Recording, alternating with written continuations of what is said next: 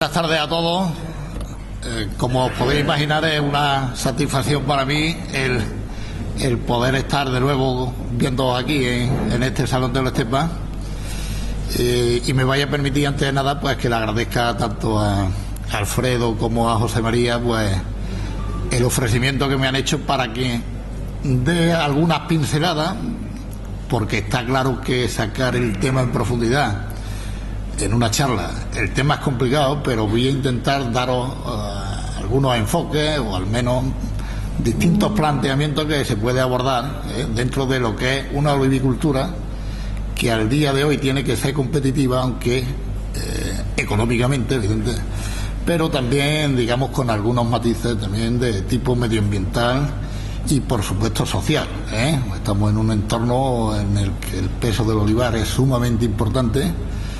Y aparte de los aspectos estrictamente económicos, no es mi tema.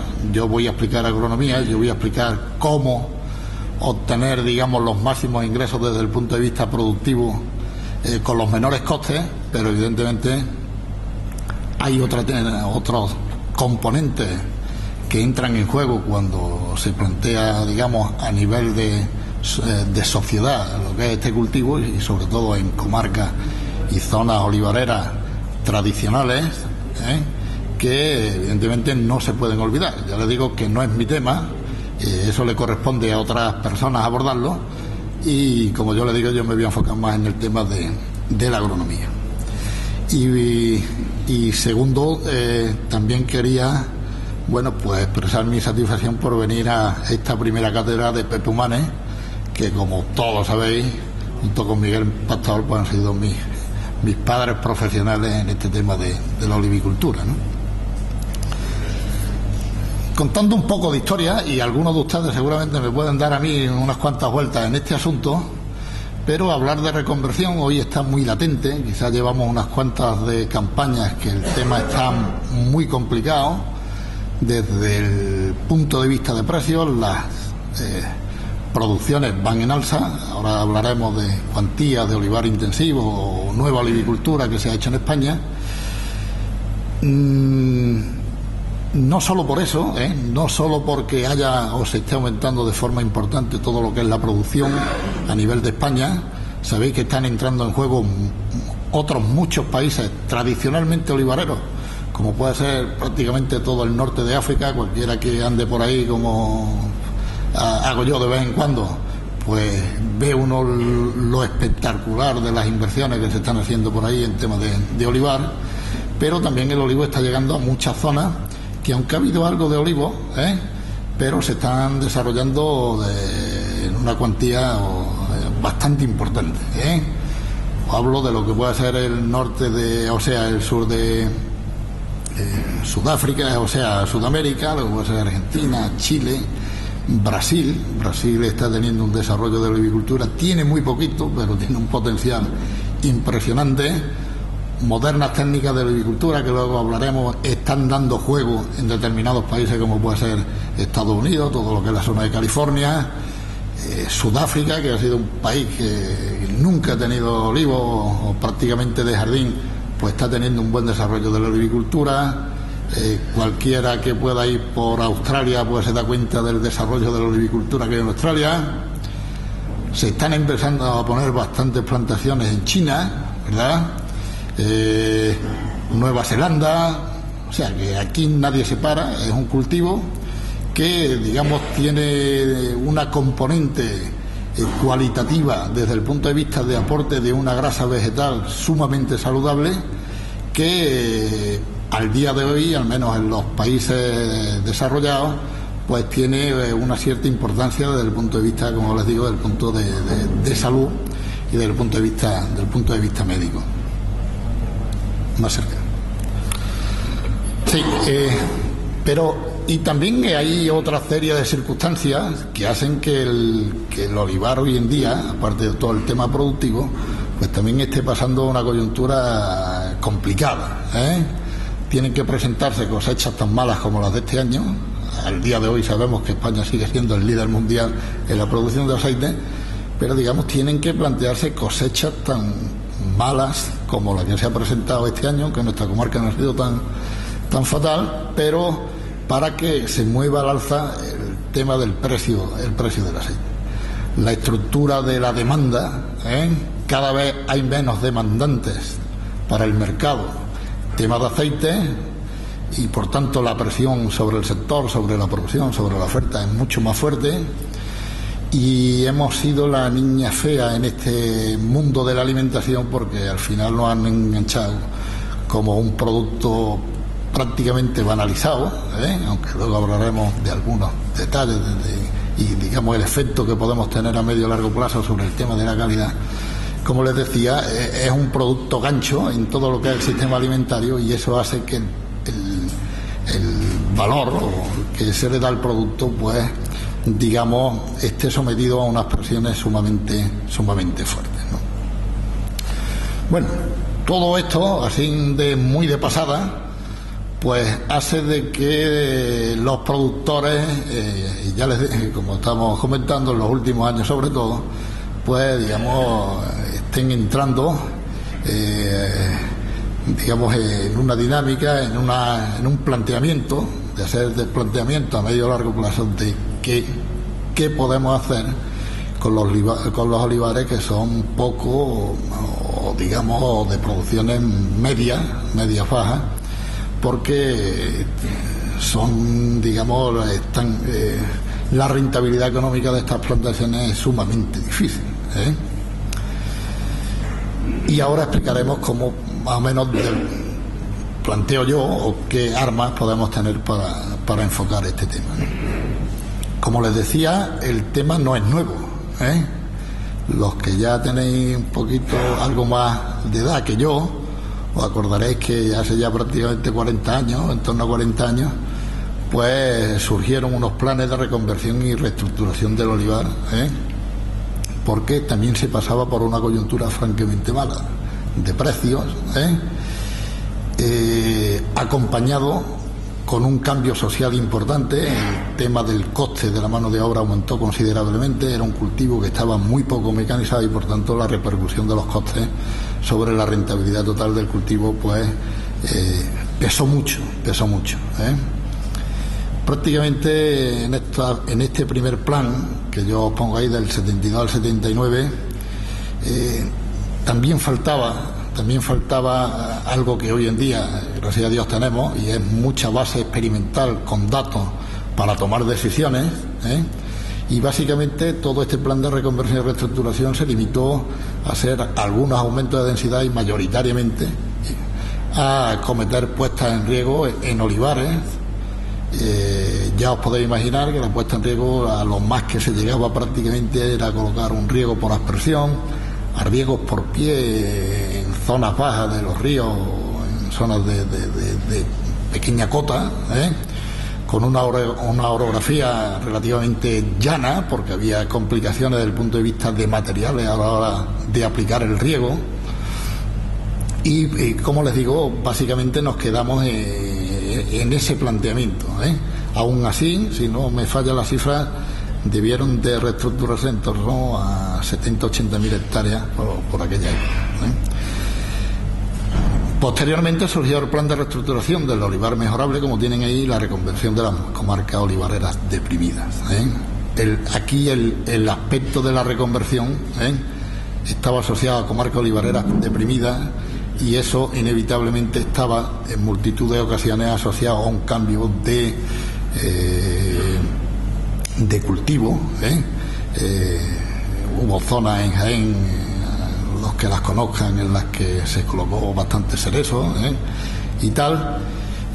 Hubo algún tipo de obras de infraestructura, que fueron todas aquellas famosas puestas de las curvas de nivel en olivares que aquí se comentaron. Surgió el tema de la reconversión de olivares, también para llevarlo a un pie, y digamos, este fue el germen fundamental que dio pie primero. Aquí hubo una parte experimental muy fuerte, como les digo. Aquí hubo multitud de ensayos de sistemas de diseño de plantaciones, marcos de plantación. Se empezaron los primeros trabajos con el tema del riego, todo lo que era el manejo del suelo, los sistemas de no laboreo. Se acordarán cuando surgió todo el tema de famosa Simasila y tal, los previos, y todo este tema. Y digamos, como les digo, fue el germen de lo que luego ha sido todo el gran desarrollo de la nueva olivicultura en España y en el resto del mundo, porque el modelo, digamos, de nueva olivicultura española, esto está exportado a todo el mundo. Toda la gente, digamos, ha bebido en las fuentes españolas y en los trabajos que se han venido haciendo en el Departamento de Olivicultura, pues prácticamente desde que lo fundó don Miguel Ortega Nieto, ¿no? Bien, dicho este preámbulo, este largo preámbulo, vamos a ir viendo cuál es nuestra realidad. Y nuestra realidad es la que tienen ahí. España, son datos que están un pelín anticuados, ya estamos por encima de las 2,5 millones de hectáreas, pero vamos, en torno a 2,5 millones de hectáreas. Prácticamente de los 2,5 millones de hectáreas, prácticamente 600.000 hectáreas es de un olivar tradicional muy poco mecanizable, ¿eh? Las operaciones de cultivo que ahí se pueden realizar son relativamente escasas, muy costosas, son terrenos de elevada pendiente, muy frágiles desde el punto de vista medioambiental, muy asociados, muy arraigados en el ámbito agrario de su zona. Y por tanto no es, como os pongo ahí, una cifra nada desdeñable, cerca de 600.000 hectáreas. La siguiente, que sigue siendo olivar tradicional, o sea, marcos amplios, luego veremos cómo está este reparto, prácticamente nos encajamos en 1.200.000, 1.300.000 hectáreas de olivar tradicional. Es decir, olivares de baja densidad, con poca ocupación del suelo, poco o medianamente productivos, luego ya hablaremos de estos temas, formado a varios troncos, con lo cual tienen limitaciones desde el punto de vista de mecanización, por la estructura o por el aporte al coste total del cultivo que tiene este sistema de recolección. Y fijaros que prácticamente desde los años 80, finales de los 70, 80 y fundamentalmente los años 90 y 2000, el gran desarrollo que ha tenido la olivicultura que llamamos intensiva, con cerca de 600.000 hectáreas, y va en auge, como estáis viendo ahí, todo lo que llamamos olivar superintensivo, olivar en seto, digamos, porque es un modelo que ahora después analizaremos dentro de este conjunto, en el que, digamos, añadido a sus aspectos productivos, también tiene un aspecto fundamental asociado, que es el sistema de recolección en continuo de la cosecha. Bien, fijaros que prácticamente la mayoría del olivar tradicional que estamos hablando, que es en torno al 80% del olivar que tenemos, estamos encajados con árboles en torno a los 80 a 100 árboles por hectárea, en número. Y el olivar intensivo, pues una parte muy importante está en torno a las 200 plantas por hectárea, y el gran auge de las 300, digamos, marcos en torno a las 300 plantas por hectárea, pues prácticamente se han desarrollado prácticamente mediados finales de los años 2000, ya la época del 2010 en adelante, finales de los 90, 2000, y bueno, hoy en día pues prácticamente cualquiera que se plantee, y en base a datos que luego os daré, pues digamos, se plantean olivares con estas densidades. Y el tema de los setos, olivar en seto, con carácter general, ya sea de tipo no sé cómo llamarle, olivar superintensivo sostenible, como le llama alguna gente, o olivar en seto, digamos, dependiendo del número de plantas que pongamos por hectárea. No les voy a hablar ni les voy a poner datos con niveles de precio en torno a los 3 euros, como podemos estar este año, porque este año es un año anómalo. Ojalá se mantuviese. Yo siempre he dicho que si el olivar mantuviese un precio equivalente al aceite en torno a los 3 euros de percepción por el agricultor, podía ser una cifra en que todos podríamos estar bien, ¿verdad? Digamos, se generaría mucho trabajo, habría, digamos, una economía bastante dinámica en las zonas olivareras, pero por desgracia, y lo hemos estado viendo, estamos hablando siempre a números en torno a unos precios de aceite en origen, pues en torno a los 2 euros, 1,80, 2,10, 2,20. Luego creo que tengo ahí alguna gráfica en la que se compara, por ejemplo, los precios percibidos por el aceite en Olestepa y en otros, y por ejemplo en el resto, o al menos lo que figura en el Purré. Pero digamos que nuestra cruda realidad es la que tenéis ahí. O sea que prácticamente producir 1 kilo de aceite, producirlo, estamos en torno, dependiendo qué tipo de olivicultura tengamos, estamos barajándonos en una banda entre los 3 euros y 1,40 euro, 1,50 €, dependiendo del modelo o la tipología de olivar. Desde lo que pueden ser olivales tradicionales escasamente mecanizables a lo que pueden ser los olivares intensivos en regadío a plena producción o olivares en seto, ¿vale? Si nosotros le añadimos de que prácticamente el olivar debe ser una actividad económica que sea capaz de mantener un beneficio para el que la está ejerciendo, pues, y aplicándole aproximadamente un 20%, que sería algo, digamos, que deberíamos de aspirar, en torno al 20%, pues ya estáis viendo que hay ahí una serie de olivares, que si no tienen la subvención, pues estarían fuera de juego totalmente. O sea, incluso el olivar intensivo de secano medio con estos precios de aceite, pues se quedaría muy raspando la rentabilidad. Si no fuese por el otro parámetro que hay hoy asociado al tema del olivar y a la agricultura en general, que son las ayudas comunitarias. Hoy en día las ayudas, sabéis que están totalmente desacopladas en este tema. Se percibe una ayuda por hectárea. En el tema de olivar está basada en base a unos derechos históricos o con un complemento en función de lo aportado por la Reserva Nacional, pero como les decía, aunque se está prorrogando algo el plazo, pero en un futuro más cercano que lejano va a haber una modificación de la OCM y ojalá me equivoque, creo que el olivar va a salir seriamente perjudicado si los planteamientos de la PAC continúan por los derroteros donde van. Y por tanto, los números que yo les pongo ahí, pues habría incluso que recortarlos un poco en el capítulo de lo que es la parte de ayuda.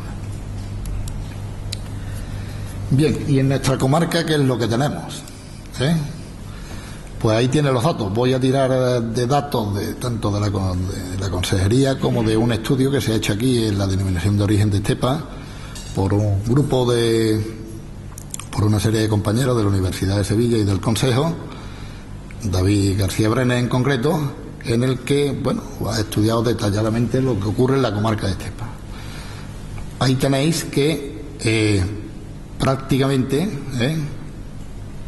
el tanto por ciento de la superficie que tenemos ocupado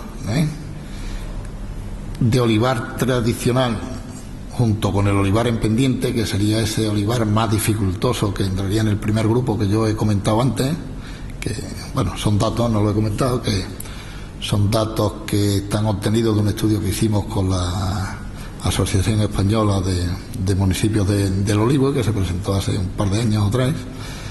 Y como os decía, la primera línea de que tienen aquí puede corresponder aproximadamente al primer epígrafe que yo les ponía antes. Fijaros que tenemos prácticamente un 6% de nuestra superficie que está ocupada por olivares en pendiente, con serias limitaciones, como yo les decía, para la mecanización y por tanto con unas implicaciones importantes en los costes de producción de la recolección. Olivares tradicionales, es decir, que mantienen los marcos tradicionales anteriores o de siempre, por llamarlo de alguna forma, que eso ocupa prácticamente el 45% de nuestros olivares. O sea que sumados los dos son el 70% de nuestros olivares.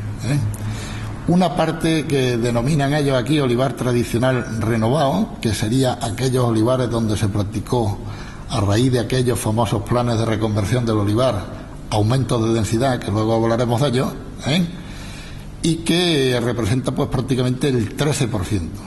Una parte de olivar tradicional de regadío renovado, con marco, con aumento de densidad y con aporte de agua, y el olivar intensivo de regadío, que son olivares por encima de las 250 plantas por hectárea, que representan aproximadamente el 4%. Bien, fijaros, bueno, estaba comentando los datos, los tenemos aquí, o sea, tenemos olivares en pendiente con densidades relativamente bajas, entre 80 y 120 árboles por hectárea, con unas producciones también muy bajas, en torno a los 2.500 kilos por hectárea. Los olivares tradicionales entre 100 y 120 con 4.000 kilos por hectárea. Los tradicionales renovados, estamos hablando ya de media en torno a 500 kilos. Los de regadío pasarían a 7.500 y el olivar intensivo de regadío en torno a 9 toneladas por hectárea y, como ya lo decía, en torno a 250 300 árboles por hectárea. Bien, ¿y dónde se sitúan nuestros costes en nuestra comarca? Son datos medios, como os podéis imaginar. Algunos de vosotros seguramente tomaríais parte en las encuestas que se hicieron, pero fijaros que es bastante diverso el tema de los costes. Fijaros que los costes medios del olivar, a medida que se intensifica el cultivo, van aumentando. Lo que ocurre es que la repercusión por kilo de aceituna producida van siendo menores, porque las producciones van siendo más altas. Fijaros que andamos en una banda en torno de los 1.100 euros por hectárea hasta prácticamente los 2.300. Y lo que sí es importante es la repercusión que tienen estos costes, o cómo traducimos estos costes sobre valor del kilo de la aceituna. Fijaros que estos costes, en el primero de los casos, ya suponen estar planteando en torno a 43 céntimos de euro por kilo de aceituna solo de costes de producción. Luego hablaremos el añadido. Frente a lo que pueden ser costes de olivares intensivos en regadío en torno a los 25 céntimos. Y todo mayoritariamente los olivares están rondando en torno entre los 27, 28, 30 céntimos por kilo de aceituna. Bueno, no vamos a entrar en esto, porque si no tardaríamos bastante, pero para cada uno de los tipos de olivares, cómo se reparten porcentualmente el tema de los costes. Hacer hincapié, ya estáis viendo aquí el hándicap fundamental que tiene nuestra olivicultura, aparte del tema productivo, son los altos costes de recolección que tenemos. Prácticamente la recolección supone entre el 40 y el 50% de los costes de recolección. Sumamente importantes son los costes de riego en aquellas plantas olivares de riego. Cada vez va teniendo menos importancia el coste relativo a la poda, como estáis viendo aquí, y técnicas como la fertilización o el manejo del suelo pues pesan relativamente poco con relación al tema porcentual de coste. Igualmente el tema de los tratamientos de plagas y enfermedades. Luego hablaré de la importancia que deben de tener las API para llevar, digamos, una olivicultura adecuada, aparte de en términos productivos, a términos medioambientales y a temas de calidad para el consumidor. Y bueno, ya entraré en reseña en ese tema, la importancia que vamos a ver. Con los números que hemos visto antes, sí, nosotros eso lo traducimos a un rendimiento medio, que yo le he puesto industrial, en torno al 19%, que no siempre se tiene, ¿verdad? Los números lo sabéis vosotros. Fijaros que nosotros, practicando lo que es el coste repercutido por los costes de cultivo, le añadimos los costes de molturación. Resulta que salir del almazara, suponiendo que no tuviésemos costes, digamos, de comercialización como el que le puede practicar al estepa, tendríamos que estar hablando de unos costes mínimos de precio de venta de los aceites en torno a lo que tenéis aquí. Y si queremos añadirle, que pienso que la actividad tiene que tener cierto beneficio, ¿verdad?, pues aplicándole el 20% de beneficio que yo les comentaba antes, tendríamos que estar hablando de precios de salida en torno a esto. O sea, Hay olivares que por menos de los 2,80, 3 euros, sería imposible, es imposible que se mantengan. Olivares tradicionales, 2,10, os he puesto datos de que ha habido, no en esta campaña, pero en las anteriores, hemos podido comprobar precios de 1,70, 1,80, 1,90 euros por kilo. Ya estamos aquí rondando el límite de la rentabilidad del olivar, ¿verdad?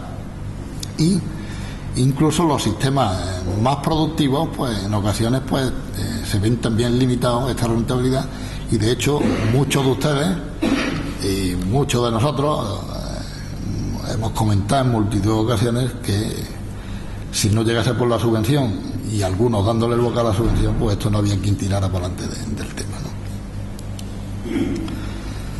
Bueno, con todos esos números, pues es lógico que muchos olivareros nos planteemos, o os planteéis, de modificar todo lo que son estas estructuras de producción de olivares tradicionales, y plantearse alternativas como las que tienen ahí, o sea, cortar los olivos, arrancar. ¿Y qué hacer? Bueno, pues buscar cultivos alternativos, o bien ir al sistema de reconversión con olivares nuevos, ¿no? Bueno, estas son imágenes de una explotación, no está muy lejana de aquí, y modificarlas o cambiarlas por estructuras productivas si se quiere continuar en el cultivo, como las que yo le estoy poniendo aquí. Olivares o bien de tipo intensivo, con densidades 250, 300, 400 plantas por hectárea, u olivares intensivos, más o menos intensivos, pero rondando entre los 800 hasta los 2.000 árboles por hectárea, como se está trabajando hoy en día en las plantaciones. Estos son olivares de tipo intensivo, un pie ya prácticamente a pleno desarrollo, y olivares en sí. Como ya les dije, y a mí me lo pregunta mucha gente, oye Victorino, ¿y si le meto otro olivo en medio? ¿Y si le meto 2 olivos en medio de los que tengo, a ver si esto lo hacemos? Ya les he dicho que esto, en los planes de reconversión, una de las líneas de trabajo que se plantearon en su día fueron estas, aumentar las densidades de plantación, multiplicándolas por 2, es decir, pasar de los 80 árboles por hectárea, pues pasarlos a 160, metiendo uno en medio al 5 de oro, o bien multiplicarlo por 4 veces, o sea, pasar de 80 a 320 plantas por hectárea. Los resultados no fueron buenos, y los trabajos que se hicieron en su día, después de 10, 12 años, los aumentos de densidad todavía no habían llegado a producir más que aquellos que se mantenían en sus densidades de plantación originales, y tan solo a los 15, 16 años aquello empezaba a dar respuesta, pero digamos con un aumento de producción que no superaban el 5, el 7, el 10%. Por tanto, es una práctica que yo diría, ya partiendo de si hay que hacer algo, el plantearse un plan de reestructuración de olivar, haciendo aumentos de densidad como los que tienen aquí, aunque sea reduciendo pies en los árboles originales, es una tarea francamente difícil, con una rentabilidad más que dudosa, y tan solo, digamos, aconsejable, o que se podría plantear la aceptación de esta técnica en aquellos olivares, digamos, de poca edad, poco desarrollados, y por supuesto con riesgo. Solo bajo esas premisas creo que este tipo de olivicultura o esta reestructuración de los olivares tradicionales que tenemos podríamos llegar a algo. Aún así, como ya después veremos datos, el tema es sumamente complicado. Como les pongo ahí, el olivarero es un agente económico, y como tal lo que intenta es optimizar el beneficio que tiene en sus explotaciones. Y eso hay que conseguirlo de una forma muy fácil, a la vez que muy difícil, que es maximizando su beneficio, haciendo máximos los ingresos como es natural y haciendo los costes mínimos. Esa es la regla, digamos, de la economía, ingresar lo máximo y que nos cueste lo mínimo. Esto, no quiero entrar aquí en temas, en mucho formulismo de económico, ¿verdad? Pero esto los economistas, digamos, dicen que el punto ese de equilibrio, punto ese en nuestro caso, en nuestra explotación de olivar, ese punto se consigue cuando los ingresos marginales se igualan a los costes marginales. Y muchos de ustedes me dirán, ¿y eso qué es? Bueno, pues eso en Román Paladino quiere decir que ese punto de equilibrio está, o sería aquel en el que producir 1 kilo de aceituna nos costase lo mismo que lo que nos dan por venderlo, cuando lo vendemos, ¿verdad? Ese, digamos, sería el punto de equilibrio. Producir 1 kilo más de aceituna ya implica que perdemos rentabilidad. Eso es muy difícil, bueno, está sometido, esto digamos es el modelo más simple, pero digamos eso al final está sometido a muchas variables que están actuando ahí sobre ese sistema y que hay que ir despejando, digamos, desde nuestra buena práctica empresarial para irlo adecuando dentro de lo que cabe a lo que yo les estoy poniendo ahí. Nuestros ingresos van a ser máximos, está claro, hay una premisa, consiguiendo máximas producciones. Vamos, yo incluso cambiaría lo de máximas producciones, tendría que hablar de óptimas producciones más que de máximas producciones. Con carácter general, los máximos productivos, con carácter general, como les digo, nunca coinciden con los óptimos económicos a nivel de empresas. Pero bueno, digamos que nos tenemos que hacer un planteamiento de una olivicultura que sea capaz de producir bastante, o lo más, o llegando al máximo posible, vamos a llamarlo ahí. El otro sí está claro, hay que obtener el máximo precio por el producto, y el máximo precio por el producto está ligado a un término fundamental, o a un parámetro fundamental, que es la calidad del producto. Aquí quizás no sea tan difícil hablar de calidad de aceite ni de calidad de aceituna de mesa, pero créanme que es bastante difícil ir a hablar a determinadas zonas y decirle que hay que crear todo ese ambiente y poner toda la carne en el asador para crear para producir un producto de altísima calidad, y que es el único futuro que le espera a este mercado o del aceite de oliva para mantenernos aquí. El tema de la calidad, como ya os digo, Olestepa como estructura y sus cooperativas, creo que no hace falta que yo venga aquí a decirlo, pero es un referente hoy en día, no solo en España, sino a nivel mundial, como todos sabéis, por el volumen de su producción ligado a la calidad que es capaz de producir, que eso es un tema fundamental. No es tema de producir 5 toneladas, sino aquí el tema fundamental es que seamos capaces de producir, como estamos produciendo, 20 y tantas toneladas de aceite virgen extra, y eso sí que es un aspecto fundamental. Ahora os voy a dar datos del porqué y cómo a medida que va pasando el tiempo, primero Olestepa sigue siendo el referente en el tema cualitativo, en el tema de los aceites, tanto a nivel de aquí de España, como les decía, como en el mercado exterior, y dentro también de lo que es no solo en los mercados de graneles de gran volumen, sino también los mercados al detalle, Hay otra pata que con carácter general no hablamos, pero que vamos a ir hablando en Olestepa de aquí a, bueno, pues prácticamente ya Melchor está liado con estos temas, y es que tenemos que hacer un aprovechamiento óptimo de los subproductos, una parte importante de la rentabilidad, de la sostenibilidad de las producciones, pero también, como os voy a decir, una imagen de producción ligada a una producción sostenible en un entorno medioambiental. Eso es fundamental para este cultivo, y creo que es de los grandes cultivos o de mayor extensión que existen, en los que la práctica de cerrar digamos el bucle lo podemos hacer con suma facilidad, y es devolviendo al campo todo aquello que nos llevamos del campo en su día a la almazara, quitarle el aceite y poderlo devolver al campo, produciendo un compost a base del alperujo que producimos, de los restos de poda y las aguas de lavado que intervendrían en todo lo que son los procesos de humectación, de fabricación de ese compost.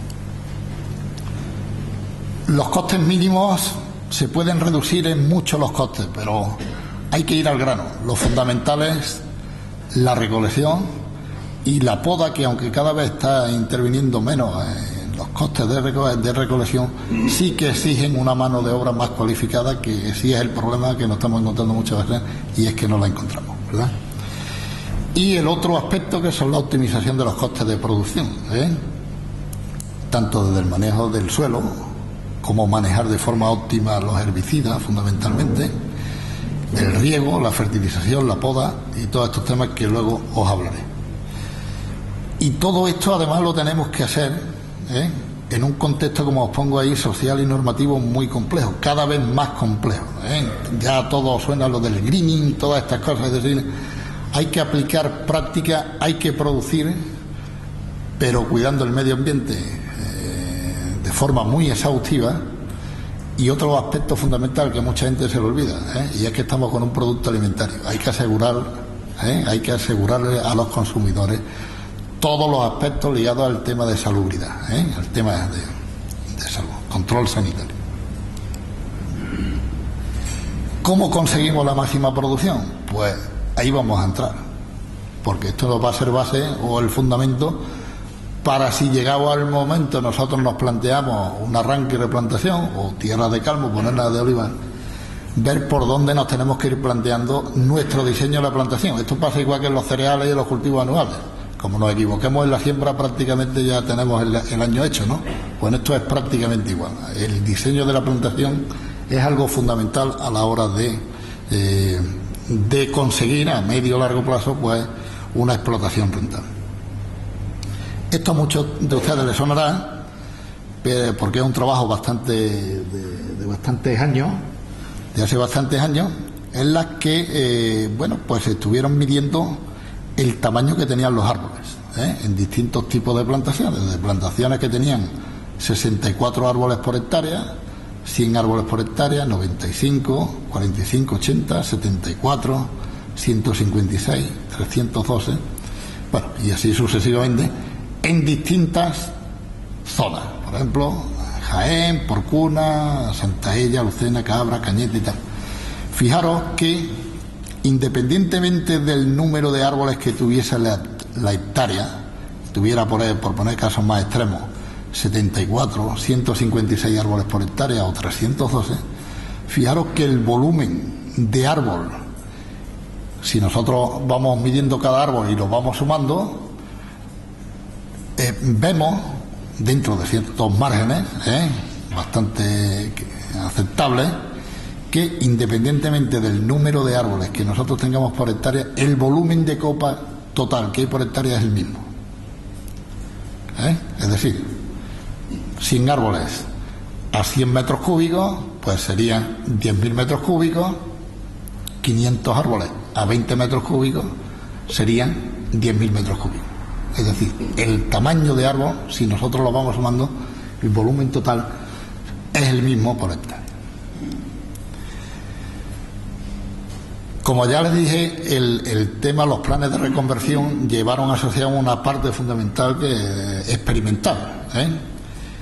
Se comprobó eso, y básicamente eso se trasladó luego al campo. Fue el primer desarrollo de esa olivicultura en torno a los 200 árboles por hectárea a un pie que ustedes conocen. Lo que se hizo a primera hora, no había, digamos, resultados experimentales y por tanto no se podía embarcar al sector a algo que no podía ser bueno.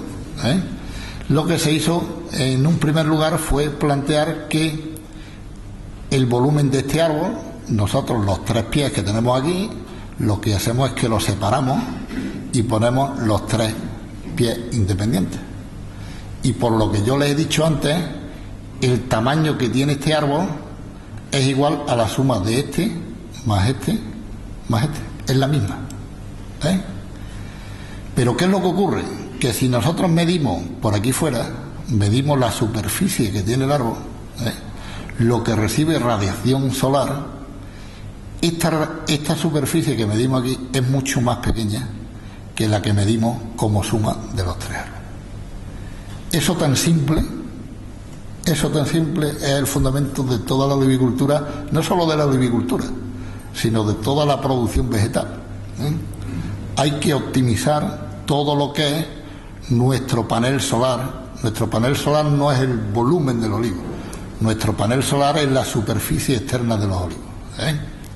Como sabéis, el olivo prácticamente, hay aceituna interiormente, pero fundamentalmente da la aceituna fuera, ¿eh? Y la da fuera en las zonas que reciben radiación solar. Esa es gratis, ¿eh? Y por tanto la tenemos que aprovechar al máximo. Y ese es el motivo, como les decía, del por qué estos 300 árboles producen mucho más que los de 100 árboles. Eso está aquí demostrado en ensayos de campo, en los que, bueno, esto en 3 zonas distintas, en las que pasar de 100 árboles por hectárea a 300 árboles por hectárea supuso un aumento de producción de prácticamente el 50%. ¿Eh? Y eso, como estáis viendo aquí, en condiciones de secano. Lo que os quiero decir es que os vayáis quedando con las cifras de 300 plantas por hectárea para el tema de los secanos, porque habrá gente que diga que es sumamente alta, ¿no? Bueno, aquí tenéis otros datos, vienen de ahí. Entonces, cuando yo les explico esto, ustedes lo primero me van a preguntar, bueno, ¿y cuál es la densidad óptima que tenemos que poner de los olivos? Porque si cuanto más bolitas ponemos, más superficie hay, más se capta, más producción tienen los olivos, ¿no? Bueno, lo que tenéis ahí en la imagen, está muy bonito, es un campo que hemos tenido nosotros en Córdoba montado, en las que hemos estado ensayando las plantaciones en seto que veis aquí, olivos a 7x7, los marcos tradicionales intensivos, los 408 plantas por hectárea, los 7x3,5, y estos que ven aquí, mucho más densos, que son los 3,5x3,5. Y estos de aquí, bueno, que no lo digo, eran 3,5x3,5 en los que hemos ido arrancando y al final lo íbamos dejando a 7x3. Bien, como os decía, lo primero que hay que recurrir es a ver si hay datos experimentales en condiciones de campo para avalar, digamos, la hipótesis que nosotros podemos plantear. Estos son resultados de ensayos, como estáis viendo aquí. Esto es una finca que no está muy lejos de aquí, en Montalbán, Las Morras. Fijaros que hay un comportamiento diferencial, primero, entre lo que son los marcos rectangulares y los marcos cuadrados. Los marcos cuadrados se limita mucho antes las producciones que los marcos rectangulares. Lo estáis viendo ahí. Mientras que en 300 plantas por hectárea, vamos a ver, prácticamente en los marcos cuadrados, prácticamente ya no teníamos aumentos de producciones. Los marcos rectangulares, aun con 400 plantas por hectárea, si seguimos la tendencia, al menos en estos trabajos no se ve que estemos ya en los límites productivos, ¿verdad? Estamos en condiciones, vuelvo a repetir, estamos en condiciones de secano. Lo mismo ocurrió en la finca Buenavista, como tenéis aquí. Se limitan las producciones en los marcos cuadrados y siguen aumentando los marcos rectangulares. Esto, algunos de aquí lo han sufrido en propias carnes. Era un riego de apoyo en la finca La Beata, aquí en Osuna, en las que también se comprobaban los marcos cuadrados con respecto a los rectangulares. Fijaros que con aportes pequeños de riego y tal, también las producciones de los marcos cuadrados se resienten mucho más desde el punto de vista productivo que las plantaciones con marcos rectangulares. ¿Dónde debemos de ir? Pues quizás una buena práctica para el que quiera plantearse una reconversión de este tipo, no estaría de más que midiera sus árboles, porque digamos el tamaño que tienen los árboles son los que nos están representando a lo largo de muchos años el potencial productivo que tiene su suelo y, digamos, su parte ambiental, o sea, temperatura y sobre todo pluviometría, y a partir de ahí podríamos desarrollar un modelo para intentar optimizar el número de plantas por hectárea que debemos de poner. Eso dentro de un contexto que luego sea, digamos, una olivicultura que, por supuesto, no tengamos limitaciones, sobre todo desde el punto de vista de la mecanización y sobre todo de la recolección, ¿no? Lo que es nuestra experiencia es que las plantaciones debemos de encajarlas dentro de estos límites. Habrá extremos, que no están aquí contemplados, pero digamos unos buenos números productivos para tener unas buenas producciones de aceitunas, debemos de encajarlos en estas números. En plantaciones de secano estar hablando entre 6.000 y 8.000 metros cúbicos de copa por hectárea, y en los riegos 10-12.000 metros cúbicos de copa son suficientes para mantener producciones de 10, 12, 14 toneladas por hectárea en medias de ese tipo. No hace falta ir a muchos más árboles, no hay que ser árboles tampoco tan grandes. Sí, somos capaces de conjugarlo eso con el óptimo desde el punto de vista de densidad, de número de árboles. Como os pongo ahí, un exceso de volumen, es decir, hacer olivos mucho más grandes no conlleva tampoco que mejoremos las producciones. Sí tenemos que conseguir que aumentemos al máximo esta superficie externa iluminada mediante el diseño de la plantación y después un aspecto muy fundamental, que es el manejo de la poda. Esto es un ensayo, esto prácticamente es cuando yo empecé a trabajar en Córdoba.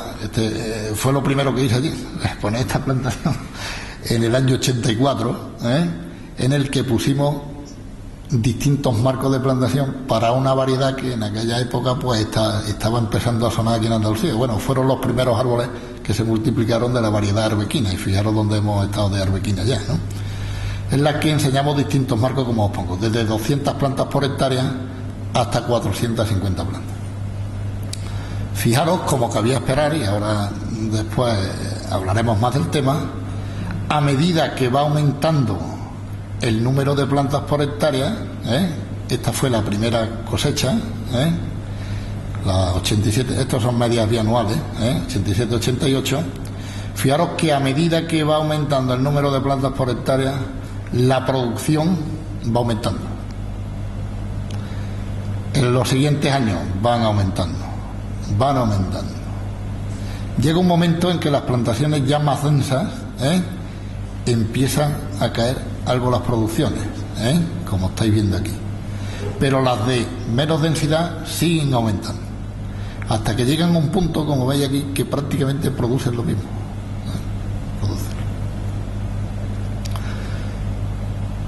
Entonces, todo lo que yo le he dicho antes de la superficie y tal, que a medida de que hay más árboles y tal, bueno, aquí forzamos el tema para decir, vamos a ver hasta dónde es capaz de llegar el sistema. El sistema ya aquí empiezan unos fenómenos de competencia, no sé si lo tengo aquí, bueno, no voy a hacer mucho hincapié, luego si no sale ya os lo comentaré, pero básicamente lo que ocurre es esto: en los periodos de juventud, en los que no hay competencia entre árboles, pues la producción es directamente proporcional al número de árboles que tiene la hectárea. Es la gran explosión productiva que tienen las plantaciones intensivas y mucho más las superintensivas. No es lo mismo trabajar con 300, 400 plantas por hectárea que trabajar con 2.000. Digamos que en la primera etapa prácticamente no tenemos limitación por la densidad. En adulto joven esto se atenúa, esto se va diluyendo, las plantaciones que tienen ya más densidad ya van produciendo algo más y las otras siguen creciendo aún más, y en el periodo adulto pues prácticamente todas las densidades de plantación se colocan en el mismo sitio. Bueno, estos son datos de campo, como tenéis, de una serie de fincas que tuvimos en su día. Fijaros que las plantaciones intensivas, en este caso, pues durante los 6 primeros cosechas, pues ya teníamos media en torno a 1.700 kilos de aceite por hectárea, y si lo que planteábamos era la media de las 8 primeras cosechas, en algunos casos, y las 6 cosechas a plena producción, pues podemos estar hablando de medias productivas en torno a los 2.200, 2.400 kilos de aceite por hectárea. Eso lo multiplican o lo dividen por el rendimiento graso que quieran, y ajustándolo a eso, pues ya estarán viendo que estamos en media en torno a los 12, 11, 12, 13 toneladas de aceituna por hectárea. Fijaros una cosa muy curiosa, para el mismo tamaño de árbol, es decir, considerando arboledas con la misma superficie de copa por hectárea, los olivares de riego producen más que los olivares de secano. Los índices de cosecha son más altos. El metro cuadrado de superficie que tiene un olivar de riego produce siempre más que un olivar de los de secano. ¿Cuánto? Pues podemos hablar de muchas circunstancias, porque hay otras técnicas de cultivo que van a influir aquí, pero aproximadamente podemos estar hablando casi de números de entre 1,5 y 2 veces la producción de un olivar. Se estabilizan mucho antes las producciones en secano, como estáis viendo aquí ya lo que ponemos son producciones. Fijaros que las producciones en secano llega ya una superficie de copa que ya, por más copa que tengamos, ya no producen más los árboles. Esta parte se retrasa cuando, en el caso que estamos hablando de plantaciones en riego. Estos son datos experimentales, estos son datos de campo medidos en campo, esto no es un desarrollo matemático. De tal forma que podemos hablar de lo que yo les he dicho. Esto asociado a volúmenes de copa, pues estamos entre los 6 y 8.000 metros cúbicos de copa en los secanos, y en torno a los 10, 12.000 metros cúbicos de copa en los riegos. Fijaros lo que ocurriría si para una plantación de secano, que consideramos que el óptimo productivo lo vamos a tener cuando tengamos en torno a 15.500 metros cuadrados de superficie externa, en función de que esa superficie la consigamos con 200 olivos, 250, 300 o 400. La diferencia de volumen de copa por hectárea que tendríamos en unos casos y en otros. Fijaros que si tenemos 200 árboles por hectárea, nosotros esta superficie externa la conseguiríamos con un volumen de copa de 13.500 metros cúbicos. Estamos pasaditos de rosca, ¿verdad? Fijaros que a medida que vamos aumentando el número de árboles por hectárea, este volumen de copa va disminuyendo. Si ponemos 400 árboles por hectárea y somos capaces de manejarlos adecuadamente, con prácticas de poda, estaríamos en una situación mucho más favorable desde el punto de vista productivo del árbol, y lo conseguiríamos con árboles mucho más pequeños, mucho más manejables desde el punto de vista de la mecanización, mucho más manejables a la hora de practicar la poda. Todas las ventajas que conlleva este tema. En el caso del riego, fijaros que para conseguir más o menos los números estos que yo os daba, que podemos considerar como óptimos de superficie externa, en torno a los 18.000 metros cuadrados, las densidades de plantación nos conllevarían a unos volúmenes de copa en torno a los 10, 12.000 metros cúbicos de copa. Y esto concuerda un poco con lo que yo les he dicho antes y lo que hemos visto de datos aportados por medidas experimentales en campo. ¿Cómo influye, por tanto, la densidad de plantación en esa producción, sobre todo a primera hora, que es un tema fundamental desde el punto de vista de amortizar cuanto antes la plantación? Bueno, pues básicamente como lo que tienen ahí. En un olivar intensivo, bueno, pues desde plantación el volumen de copa va aumentando, hasta que llegamos al volumen óptimo. Y ese volumen óptimo se nos sobrepasa, actuamos con la poda, nos lo llevamos al sitio, vuelve a crecer, damos con poda, y digamos este sería un manejo sostenible de un olivar de estas características a lo largo del tiempo mediante unas prácticas de poda adecuadas, planteadas periódicamente. En el olivar semi-intensivo sostenible, este que yo le hablaba, de que hoy en día se habla de las 700, 800 plantas por hectárea, ¿qué ocurre? Bueno, que eso se llega mucho más rápido. Y si se llega mucho más rápido, quiere decir que la cosecha, la cuantía de la cosecha por hectárea se hace mucho antes, o se hace más alta mucho antes que los olivares intensivos. ¿Y qué ocurre con el olivar en seco? Bueno, pues ocurre que llega mucho antes. Hasta aquí lo he puesto, digamos, en unas condiciones en las que los tres estuviesen en el mismo tal. ¿Qué ocurre? Que por lo que yo les he comentado antes, a medida que aumentamos el número de plantas, nosotros podemos conseguir las superficies productivas con mucho menos volumen. Y eso, digamos, es el aspecto fundamental que nosotros tenemos que manejar a la hora de diseñar la plantación que tengamos que hacer, si la tenemos que hacer de nuevo, ¿verdad? Pues supongo que luego vamos a preguntar, luego les contestaré ya más detallado y más al detalle. Bien, en resumidas cuentas, lo que tenéis ahí, la producción por hectárea aumenta la densidad, no hay duda, a corto plazo. ¿Qué ocurre?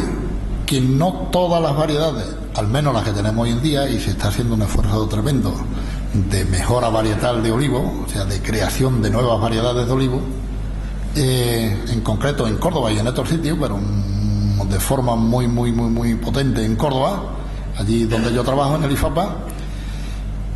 ¿Qué ocurre? Que prácticamente los sistemas intensivos, o sea, las 300, 400 plantas por hectárea, son adaptables prácticamente a todas las variedades de olivo, de lo que tenemos.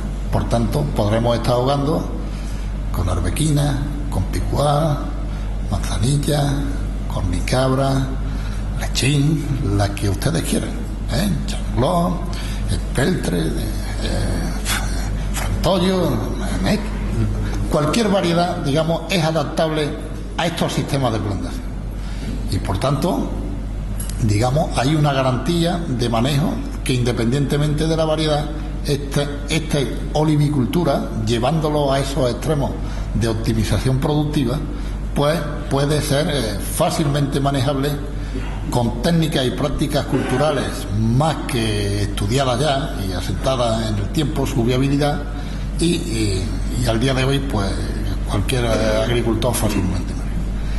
El tema de los superintensivos, es un tema algo ya más complicado, entre otras cosas porque la adaptación de variedades a estos sistemas es difícil, es una lucha permanente contra el árbol, y todo lo que sea practicar poda, primero, al final redunda en una disminución de la capacidad productiva, se envejecen mucho antes los árboles, ¿verdad? Y, como les digo, está adaptada a menos disponibilidad de variedades a la hora del diseño de la plantación. Prácticamente, si se maneja la bibliografía y los ensayos que tenemos nosotros y en otros sitios, otros que hemos tenido en Túnez y tal, pues prácticamente con 2, 3 variedades y para de contar al día de hoy, que poniendo arbequina, arbosana y casi para de contar porque se ha hecho cosas con la corona Y, tal, con la tosca, con otro tipo de variedades, pero que no se adaptan bien a estos sistemas de plantación. Pueden poner, pero ya os digo que es una lucha permanente contra los árboles. A medio o largo plazo, ¿qué es lo que ocurre? Bueno, pues lo fundamental, el agua es el que va limitando las producciones del olivar, y eso es sumamente importante a la hora de plantear el diseño en las condiciones de secano. Y en regadío, como están viendo ahí, ya que el factor limitante no es el agua, el que empieza a plantear los problemas es la luz. Y ese es el problema del por qué cuando las densidades se abusa de densidades, no se elige una orientación adecuada cuando hay densidades de plantación sumamente altas, empiezan a caer tempranamente las producciones de los árboles. Esquemáticamente lo tenéis ahí. A primera hora no hay competencia y por tanto cuanto más arbolitos tuviésemos no habría problema, mejor desde el punto de vista productivo. ¿Qué es lo que ocurre? Pues que los árboles no le podemos llegar allí y decir tú hoy no creces, mañana sí, tal, sino que se van adecuando al medio que tenemos y los árboles van creciendo. Este sería, digamos, el punto óptimo. Sería aquel punto en el que prácticamente los árboles tuviesen tangentes unos con otros. ¿Qué ocurre cuando nos pasamos y creamos más arboledas, más volumen de árbol? Hacemos que crezcan más de la cuenta. Bueno, que ya empiezan los problemas de competencia por la luz. Competencia por la luz supone cosechas de más baja calidad. Lo primero, desde el punto de vista de aceite, cosechas más malas desde el punto de vista de rendimiento. En el momento que falla la luz, pues los rendimientos se nos vienen abajo. Problemas en todas estas partes bajas, sombreadas, problemas de enfermedades, sobre todo respiros y tal, tienen eso. Ya os digo que el punto óptimo es llegarnos y encajarnos en esta línea que tenemos aquí. Este es el ensayo de marco de plantación de Córdoba, veis lo que hay aquí liado, Claro, cuando se fuerza el sistema se llega a situaciones como las que estáis viendo ahí. Para no llegar a eso, ¿qué ocurre? Bueno, que hay que adecuar el tamaño de los árboles a condiciones que sean viables desde el punto de vista de un manejo agronómico.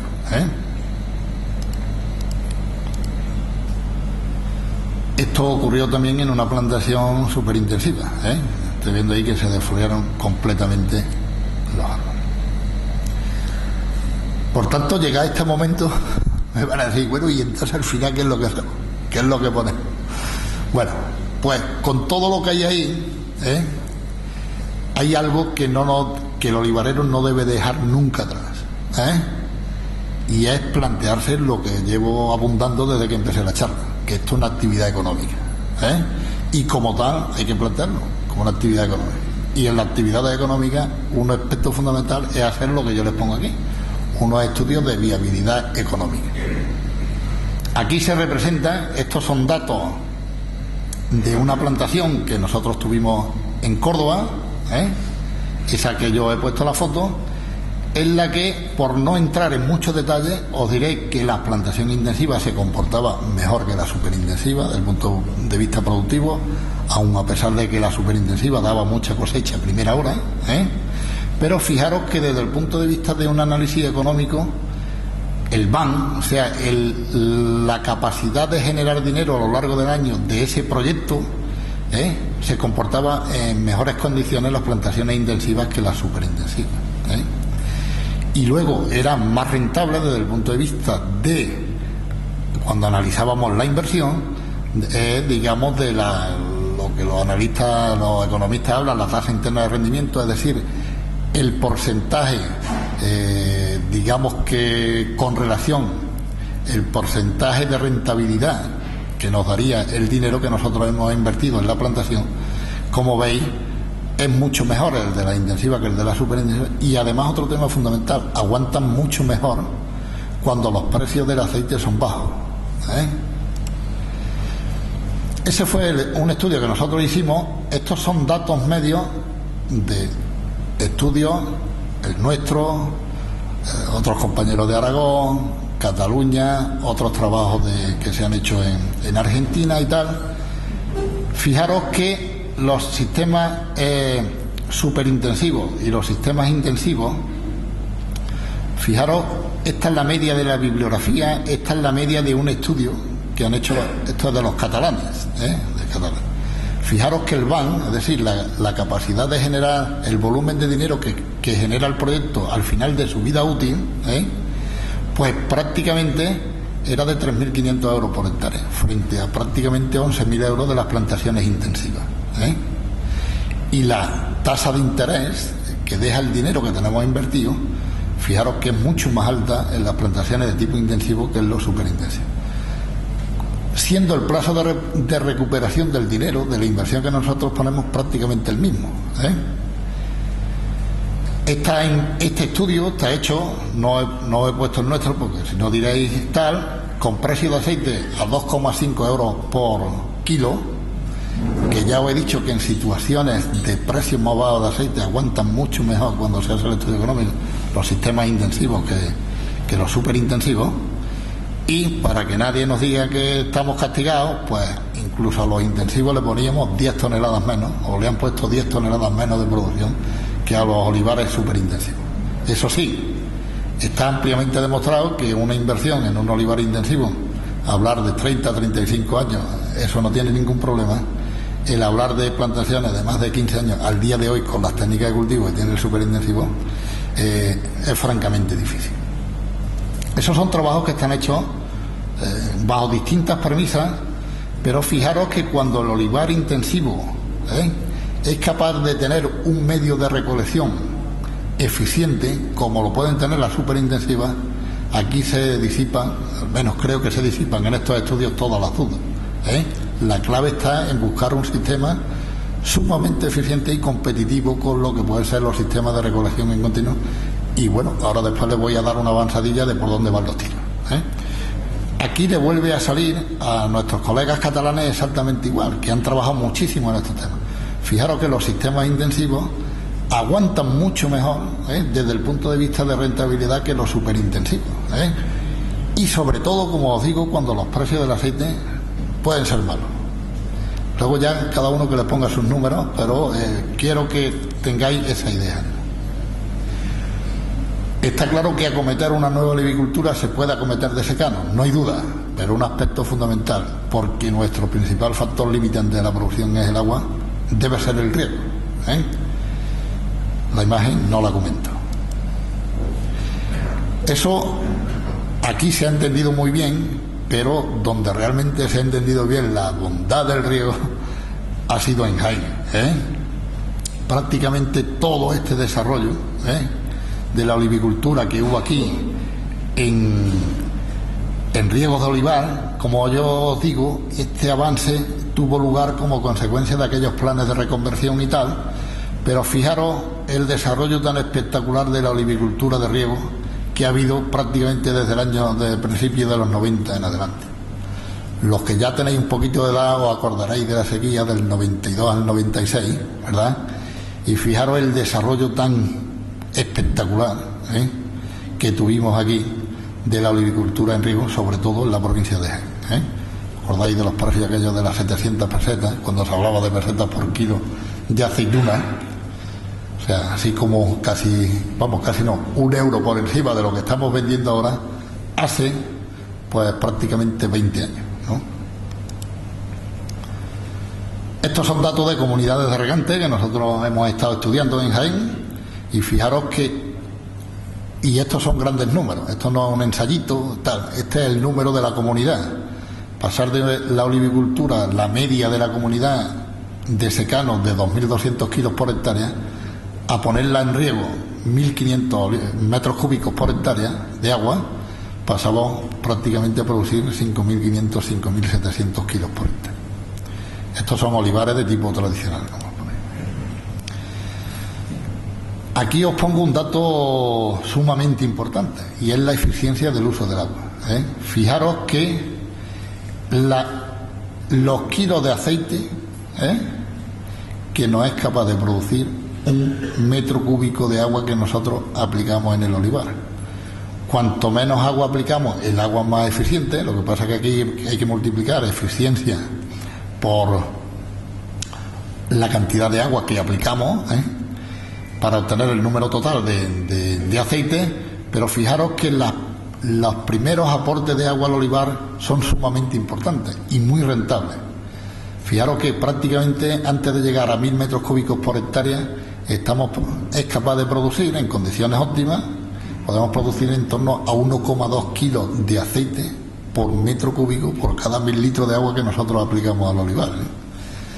Esto va disminuyendo a medida que se van aplicando más cantidad de agua, pero fijaros que si multiplicamos 2.500 por 0,6 tal, podemos llegar calculamos o podemos obtener la producción total de aceite que nosotros podemos obtener en esos olivares en función de los aportes que nosotros le estamos haciendo. Una práctica muy ventajosa, os la pongo porque hoy en día prácticamente se está implantando en todos los sitios, es toda la práctica del riego subterráneo, sobre todo cuando estamos trabajando con olivares con poca disponibilidad de agua.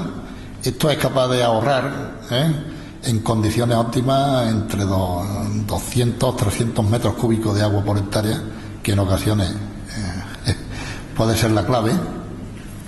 Otro aspecto fundamental del riego es el que tienen aquí. Este es un ensayo que lo tenemos en marcha todavía, y es cómo aplicar el agua. Esto es sumamente importante, y sobre todo cuando tenemos poca agua. Fijaros que cuando hay poca, posiblemente, y a tenor de los números que estamos obteniendo, el tema va por ahí. El tema no va a ser regar todo durante abril-octubre, en más o en menos cantidad, como tenéis aquí, sino aplicar determinadas cantidades de agua mínimas en determinados periodos del cultivo, como puede ser la primavera, un pequeño aporte en el verano y luego continuar en septiembre. Esta práctica de riego, esta que tenéis aquí en rojo, aplica la misma cantidad de agua que la amarilla, y la mitad que lo que aplicamos con una estrategia de riego como las que tenéis aquí en azul. Aquí tenemos datos de 6 años de este ensayo. Fijaros que después de 6 años, el olivar que nosotros planteamos una estrategia de riego deficitario controlado, que es como le llamamos, aplicando la mitad del agua que en la estrategia en la que dábamos el agua de forma continua a lo largo del año y una cantidad igual a lo largo de toda la campaña de riego, fijaros que esos olivares producen prácticamente lo mismo. Por tanto, esto es una práctica, esto se lo comentamos mucho, luego cuando haga el comentario de la producción integrada entraremos en estos temas. Y fijaros que prácticamente tenemos la misma producción de aceite en un caso que en el otro, no solo de aceituna, sino también de aceite.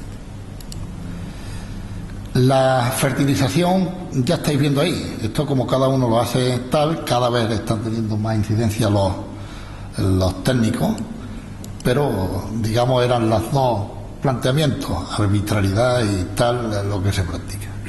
Un aspecto fundamental, en olivares de secano hay escasa respuesta al abonado, sobre todo el nitrogenado, que es el que se hace fundamentalmente vía suelo, y solo las respuestas productivas se consiguen aquellos años que son lluviosos.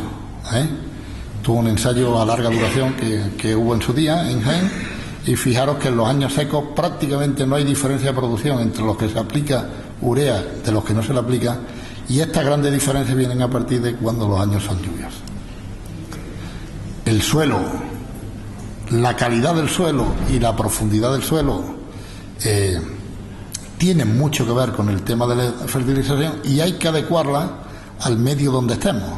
Fijaros que las aportaciones de nitrógeno no dan la misma respuesta productiva, por ejemplo, en Arjona, que por ejemplo en Osuna, para olivares parecidos, desde el punto de vista de densidades. El tema de tamaño y tal son sumamente distintos y con suelos distintos. Siempre es ventajoso, si hay que hacerlo, las aportaciones, digamos, de abonos complejos, aunque ya estáis viendo que las respuestas se obtienen a muy largo plazo, tanto del fósforo como del potasio. Y nosotros siempre aconsejamos que se apliquen por vía foliar. Cuando hay riego, un tema fundamental es ir aplicando la fertilización de forma continua a lo largo de todo el año. Y fijaros que podemos llegar a óptimos que pueden estar en torno, para producciones en torno a 13 toneladas por hectárea, podemos estar hablando de aportaciones solo de 75 kilos de nitrógeno por hectárea. Estamos hablando de unas dosis sumamente pequeñas, lo que representan aproximadamente entre 5 o 6 gramos de nitrógeno por kilo de aceituna producida. Fijaros que estos son medias de un ensayo de 7 años. La media de 7 años fue de 13.000 kilos por hectárea, 13 tal, y fijaros la diferencia con respecto al no fertilizante. Y de esa forma podemos obtener una eficiencia productiva muy alta del nitrógeno que nosotros aplicamos. Fijaros que aquí podemos llegar a obtener si se aplica de forma eficiente, por cada kilo de nitrógeno que nosotros aplicamos en fertiriego, podemos obtener 45 kilos de aceituna. Igual ocurre con el potasio, como estáis viendo aquí, aunque aquí el sistema no se satura tan pronto como el nitrógeno, y de siempre nos habréis escuchado hablar de que el potasio es el gran elemento problema en el tema del olivar. Aquí incluso con 20 gramos no hemos llegado a saturarlo, aunque los márgenes de rentabilidad, los óptimos de rentabilidad, estamos en torno a los 15, 16, 14 gramos de potasa por kilo de aceituna producida. Y con un efecto importante cuando las cosechas son pequeñas sobre la maduración de los frutos.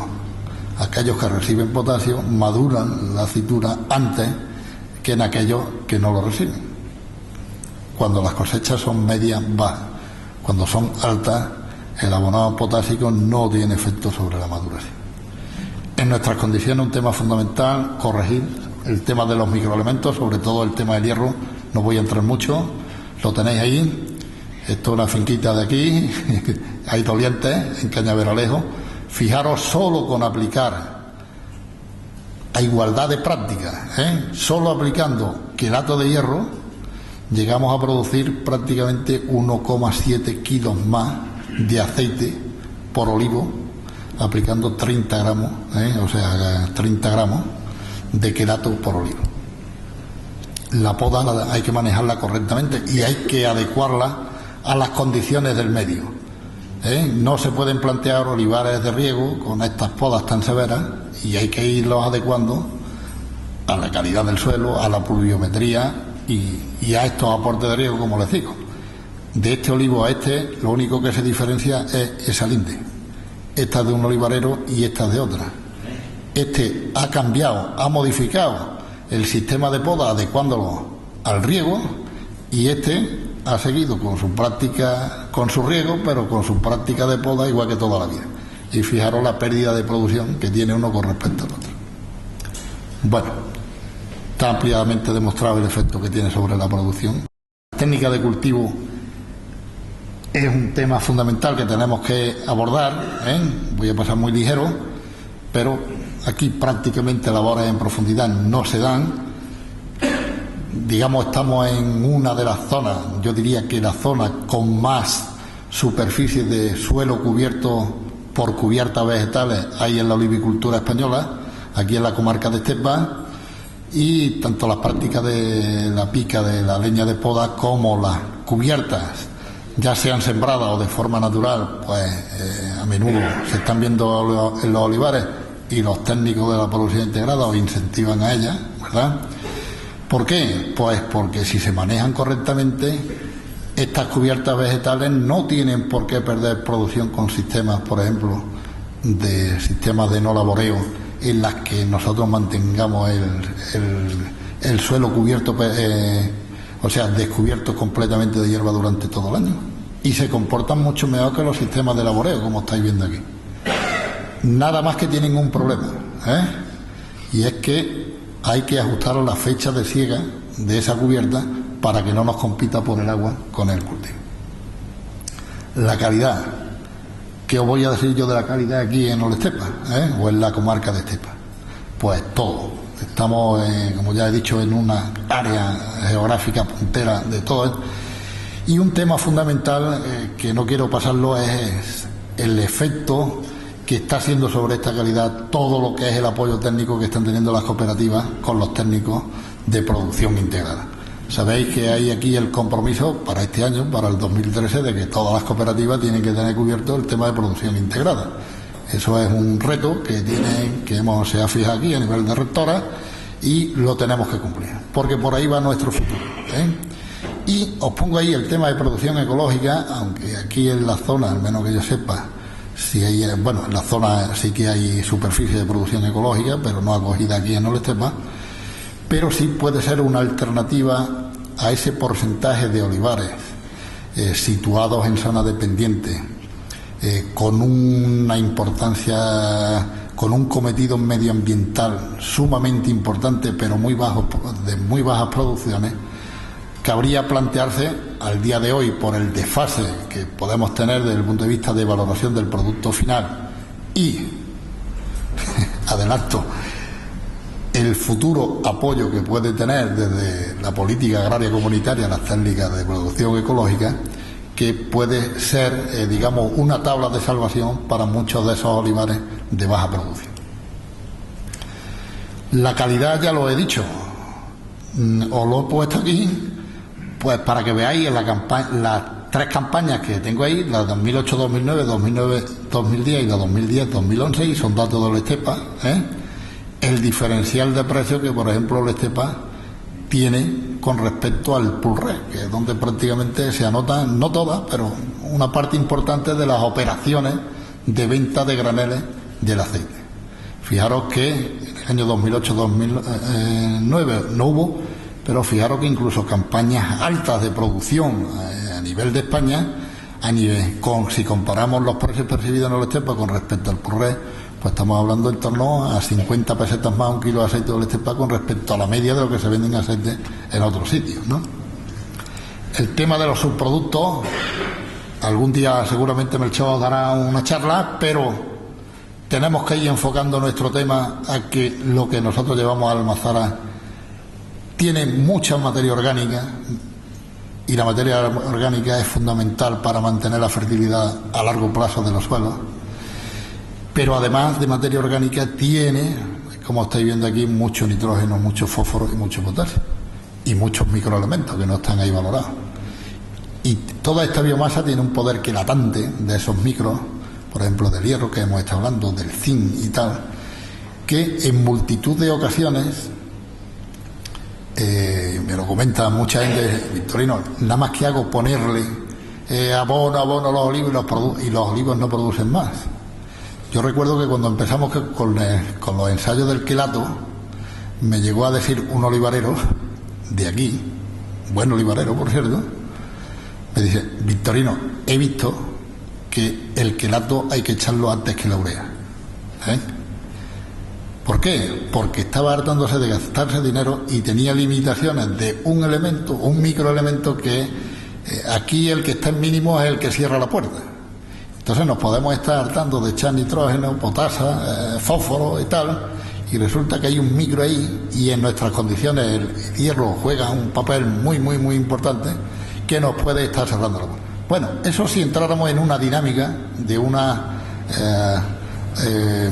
olivicultura, digamos, entablada en un contexto de sostenibilidad absoluta, con el transporte, con el retorno de todo lo que son los alperujos, las aguas de vegetación y las leñas al terreno de nuevo, pues multitud de factores limitantes de ese tipo los quitaría. El otro tema, como tenéis ahí, es el tema de la poda, que también tiene un aporte importante, y fijaros esta imagen de la cantidad de humo, después de varios años de picar la leña de poda en el terreno, la capacidad mejorante que tenemos. Y el otro tema fundamental que os comentaba, y ya por ahí vamos a acabar, si no, no vaya a poder ver Madrid, es el tema de la mecanización.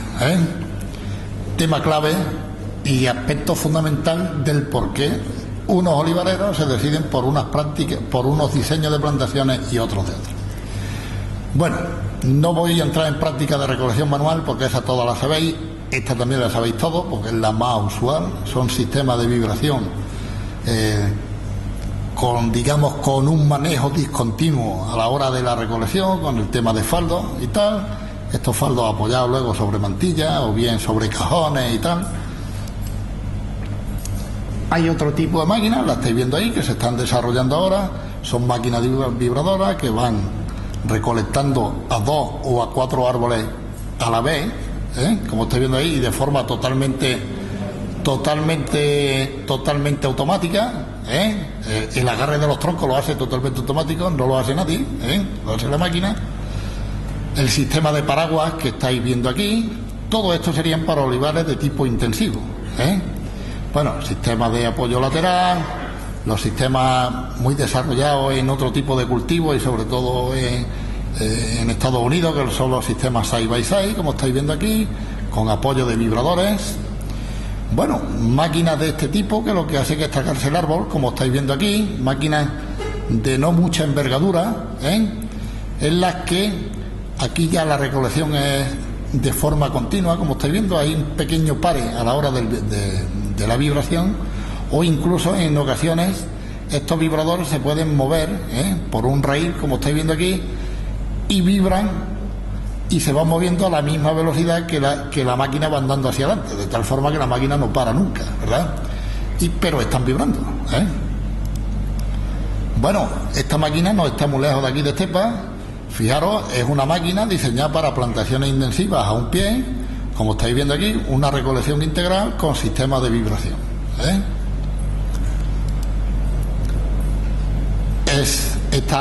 Supongo que la conocéis todos, es el tema de la Coloso. Esta ya, digamos, sería de doble altitud, porque está diseñada para plantaciones a un pie, de tipo intensivo, 200, 300, 400 árboles por hectárea, con sistemas de vareo, pero que también en ocasiones, sobre todo los modelos chicos, lo están utilizando en súper intensiva. Fijaros que el diseño prácticamente es el mismo entre esta máquina y la que tenemos, lo único que varía es el sistema de derribo. Hay otra diferencia también, y es que esta máquina pesa sobre 8.000 kilos y esta máquina pesa 27.000 kilos. Y es algo que por ejemplo, esta máquina tiene serias, vamos, por no decir absolutas limitaciones en la olivicultura española hoy en día. Esto donde no llueva, como es en la zona de San Juan, Catamarca, Mendoza, en Argentina, que fue donde se desarrolló, pues ahí no tiene ningún tipo de problema, porque ahí llueven 90 o 100 litros al año y ya está. Pero aquí, en la época de recolección, nos lleva con... Esto es una máquina nueva que se ha desarrollado en los últimos años, es una máquina Gregoire, de una firma francesa, para olivares intensivos también, con sistemas de vareo y para densidades, para plantaciones diseñadas con más alta densidad, en torno a las 400, 500 plantas por hectárea. Estáis viendo por ahí. Y bueno, y después está la otra olivicultura intensiva, que puede ser esta, que son los olivares en seto, en los que la recolección se hace con máquinas como las que estoy viendo aquí. Son máquinas, siguen las vendimiadoras, hoy en día ya prácticamente se han desarrollado máquinas pues, específicas para el tema del olivar, como las que tenéis aquí, tipo New Holland, como las que tenéis. Y el otro tema que nos quedaba desde el punto de vista de mecanización, como decía, el tema de la poda. Este tipo de máquinas creo que cada vez más van a ser frecuentes, lo vais a ir viendo cada vez más en el campo, y la clave está en mecanizar todo lo que son los sistemas de poda, mediante estos sistemas de cuchilla y apoyados con un sistema de limpieza interior de chupones cada cierto tiempo. Fijaros la respuesta que tienen los árboles cuando se podan. Esto en olivar intensivo, como estáis viendo ahí. Y no tiene por qué ser, aunque puede ser una aberración, es decir, cortamos por donde pille. Fijaros que a lo largo del tiempo no produce menos que las podas cuando se comparan con una poda manual. Fijaros, desde el 80 hasta prácticamente el año 2000 tenemos las producciones acumuladas, y fijaros que prácticamente producen lo mismo. Si hay algo, es que puede producir algo más cuando se adecua. Esto que os pongo aquí son producciones de poda mecánica con respecto a manuales en olivar manzanillo. Fijaros que la diferencia, y esto es media de 9 años. O sea, fijaros que tenemos prácticamente 1.200, 1.400 kilos de diferencia entre unos sistemas de poda y otros, utilizando técnicas de poda mecánica. Y nada más, aquí lo voy a dejar. Y estoy a vuestra entera disposición. Espero no haberos hartado demasiado. Muy bien, pues muchas gracias.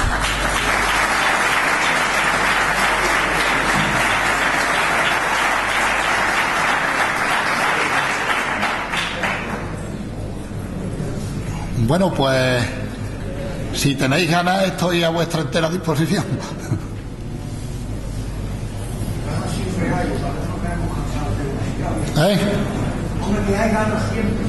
Bueno, lo que queráis, y tampoco nos vamos a forzar el tema.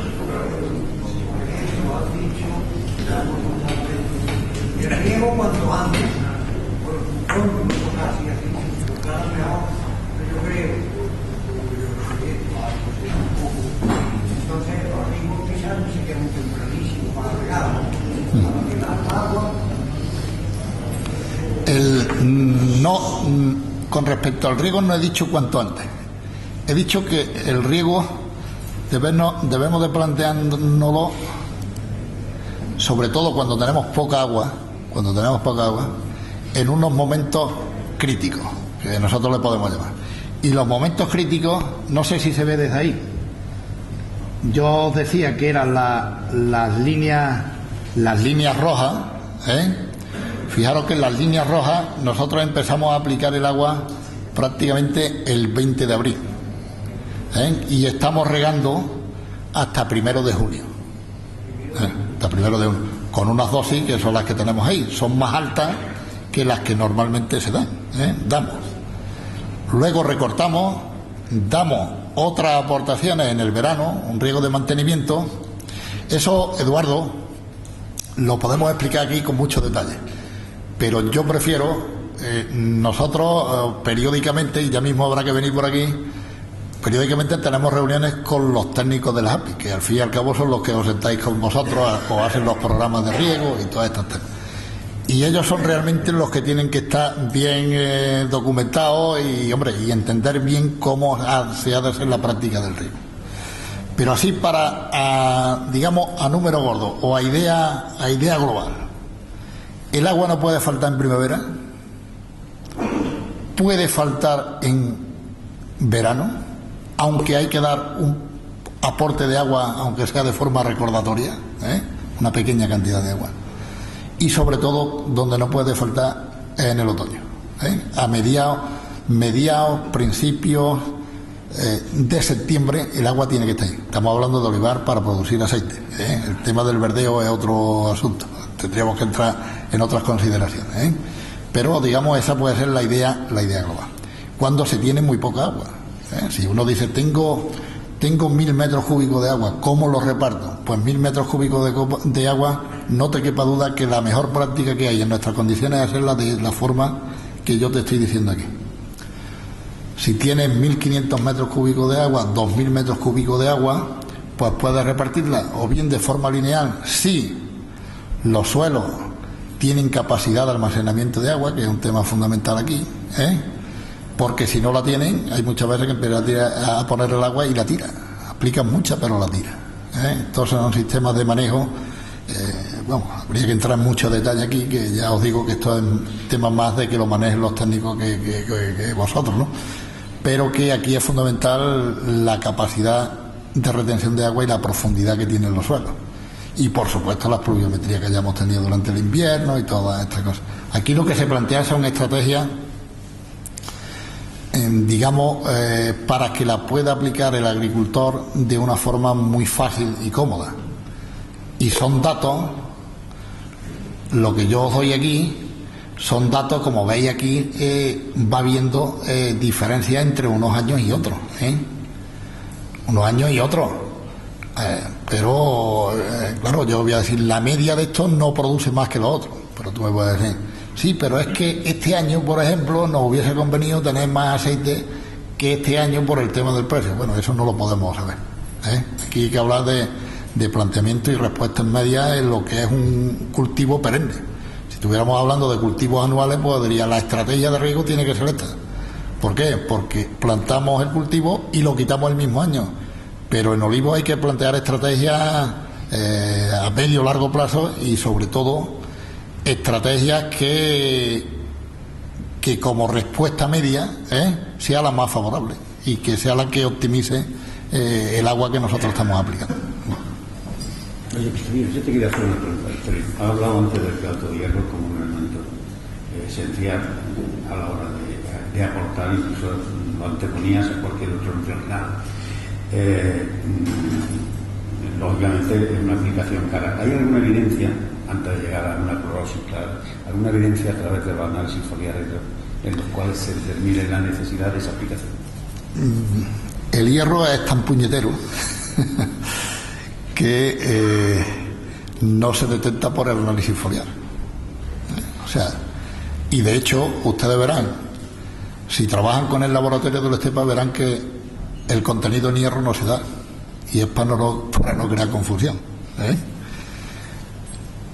el diagnóstico foliar, o sea, el análisis foliar del hierro no sirve. 2. Cuando los árboles presentan clorosis, ya vamos tarde. De hecho, os voy a poner el dato, porque no creo que lo perdamos, y sobre todo para que os quedéis con la imagen de cómo es. Y os lo voy a explicar en más detalle el tema. Vamos a ver dónde está esto.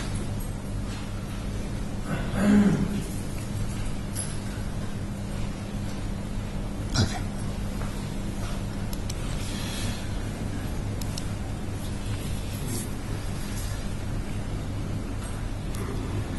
Cuando nosotros llegamos a ver ya hojas de este tipo, aquí ya vamos tarde.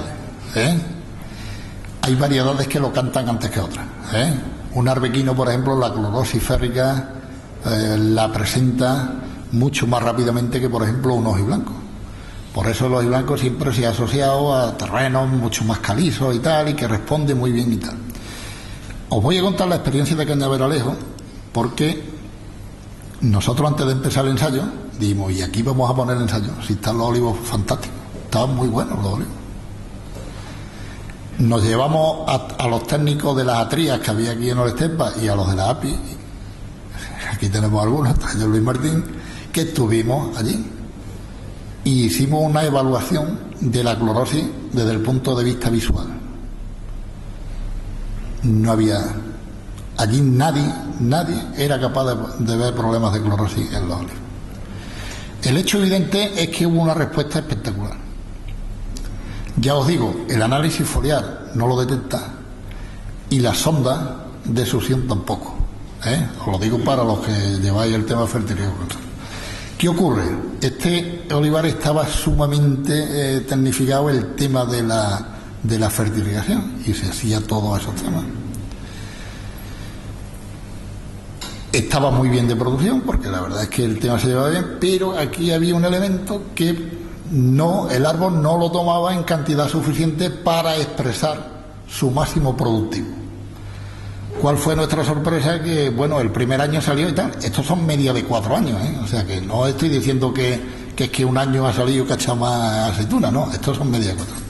La media de 4 años pasamos de 4,32 kilos por árbol en los testigos, a 6 kilos por árbol, en los que aplicábamos 30 gramos de quelato.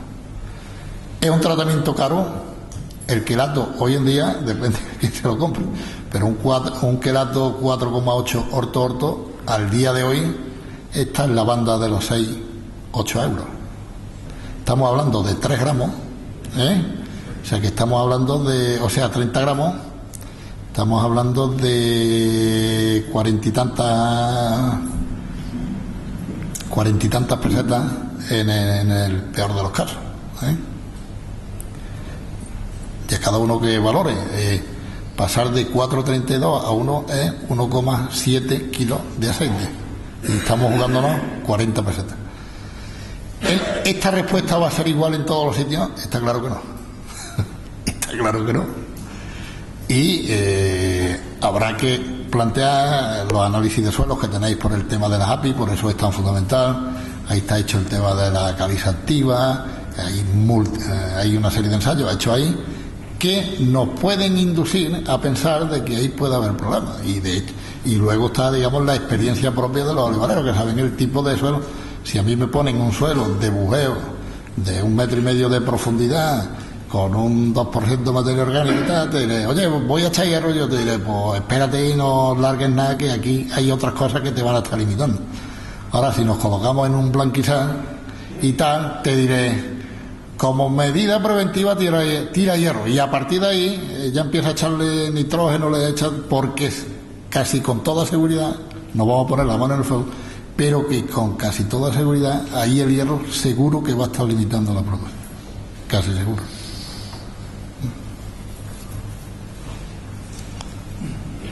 Los nitratos que contiene el agua de riego en los análisis son totalmente aprovechables. Totalmente. Vamos, de hecho, cuando se hace el programa de fertirriego, se calculan las aportaciones que hay que hacer y luego se le descuenta el agua que aporta el agua de riego. Algunos comerciales no... Bueno, eso ya... por eso es tan sumamente importante. Los comerciales, digamos, son agentes y personas, digamos, necesarias dentro de lo que es una actividad, digamos, comercial en un cultivo como este.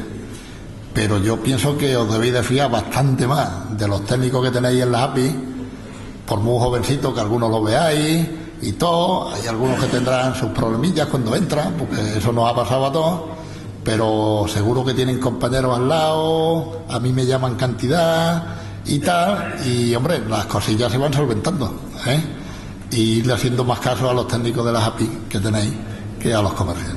La dosis de quelato que has dicho antes, ¿de cuánto era? 30 gramos por litro. Sí, prácticamente dimos una dosis de choque, como estáis viendo aquí, de 40 gramos el primer año, y luego una dosis de mantenimiento de 30 gramos al año.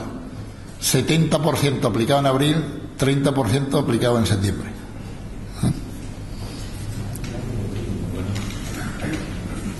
Y tuvieron usted comentado que cuando la plantación se hace rectangular es más rentable hacer más productiva que cuando la cuadra. Sí, sobre todo cuando las... Habrás visto que cuando las densidades son bajas no hay diferencia, pero cuando ya vamos a marcos mucho más intensivos ya el tema iluminación empieza a tener importancia. La pregunta Sí. va enfocada a qué orientación. A ser posible norte-sur. Las líneas colocadas norte-sur. Es donde se aprovecha de forma óptima todo lo que es la iluminación.